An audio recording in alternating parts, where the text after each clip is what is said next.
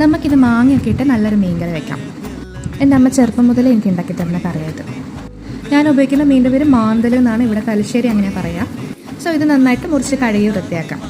എന്നിട്ടൊരു ചട്ടി അടുപ്പത്ത് വയ്ക്കുക. ചട്ടി നന്നായിട്ട് ചൂടായി വരുമ്പോൾ അതിനകത്തോട്ട് വെളിച്ചെണ്ണ ഒഴിക്കണം. വെളിച്ചെണ്ണ നന്നായിട്ട് ചൂടായി വരുമ്പോൾ ഇഞ്ചിയും പച്ചമുളകും ഇട്ട് കൊടുക്കുക. ഒരു കഷ്ണം ഇഞ്ചി, ഒരു 3-4 പച്ചമുളകും കീറി ഇട്ട് കൊടുക്കണം.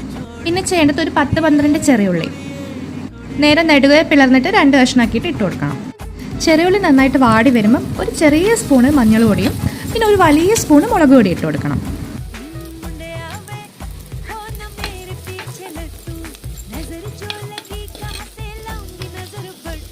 ഈ മുളക് പൊടിയുടെ പച്ചമണം മാറുന്നത് വരെ നന്നായിട്ടൊന്ന് ഇളക്കിയെടുക്കണം.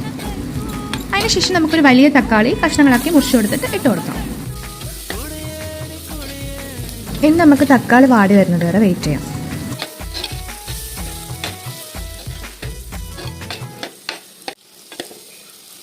തക്കാളി നന്നായിട്ട് വാടി വന്നു കഴിഞ്ഞാൽ അതിലോട്ട് നമുക്ക് ആവശ്യത്തിന് ഉപ്പിട്ട് കൊടുക്കാം. ഉപ്പിട്ട് ഇളക്കിയതിന് ശേഷം നമുക്ക് നമ്മുടെ മാങ്ങ അതിട്ട് കൊടുക്കാം. ഇതൊരു മാങ്ങയിട്ട മീൻകറി ആണല്ലോ. നിങ്ങൾ മാങ്ങ ഇടുന്ന സമയത്ത് വേണമെങ്കിൽ ഇതിൻ്റെ തൊലി കളഞ്ഞിട്ട് ഇട്ടാൽ മതി. അതാകുമ്പോൾ നിങ്ങൾക്ക് കുറച്ച് പെട്ടെന്ന് വെന്ത് കിട്ടും. അതിൻ്റെ ഇടയ്ക്ക് എനിക്കൊരു അബദ്ധം പറ്റിയത്, ഞാൻ തേങ്ങ അരച്ച് അരപ്പ് ചേർക്കുന്നത് വീഡിയോ എടുക്കാൻ മറന്നുപോയി. അതുകൊണ്ട് അരപ്പ് ചേർത്തതിന് ശേഷമാണ് ഞാൻ വീഡിയോ എടുത്ത് വെച്ചേക്കുന്നത്. സാധാരണ മീൻ കറിക്ക് അരക്കുന്ന സെയിം മെത്തേഡ് തന്നെ.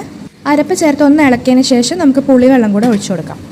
പുളിവെള്ളത്തിന് ശേഷം നമുക്ക് 1 ഗ്ലാസ് സാധാരണ വെള്ളം കൂടെ ഒഴിച്ചു കൊടുക്കണം. ഇപ്പം ഞാൻ ചേർത്ത് കൊടുക്കുന്നതാണ് ആന്ധ്രാക്കാരം. ഇതൊരു 2 സ്പൂൺ ഇട്ട് കൊടുക്കണം. ഇത് തികച്ച ഓപ്ഷണലാണ്, വേണമെങ്കിൽ മാത്രം ചേർത്താൽ മതി. പക്ഷേ ഇത് ചേർക്കുമ്പോൾ കുറച്ചുകൂടി ടേസ്റ്റ് ഉള്ളതുപോലെ എനിക്ക് തോന്നാറുണ്ട്. നിങ്ങൾക്ക് ആർക്കെങ്കിലും ഇതിൻ്റെ റെസിപ്പി വേണമെങ്കിൽ ഞാൻ ഉടനെ ചെയ്യാം. ഇനി നമുക്ക് കറിവേപ്പിലയും കൂടെ ഇട്ട് കൊടുക്കാം. ഇനി ഇതൊന്ന് തിളച്ച് വരണം. തിളച്ച പിന്നെ നമുക്ക് മീനൊക്കെ ഇട്ട് കൊടുക്കാം. ഞാൻ ഈ കറി ഉണ്ടാക്കി കഴിഞ്ഞാൽ കുറച്ചെടുത്ത് ഫ്രിഡ്ജിൽ വയ്ക്കും. എന്നിട്ട് നെക്സ്റ്റ് ഡേ ചൂടാക്കിയിട്ട് കഴിക്കും. അപ്പോൾ ഭയങ്കര ടേസ്റ്റാണ്.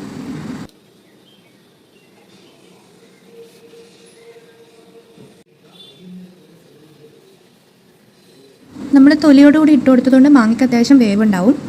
അപ്പോൾ നമുക്ക് ചെറിയ തീയിലിട്ടിട്ടാണ് വേവിച്ചെടുക്കാനുള്ളത്. മീനിന് വലിയ വേവില്ല.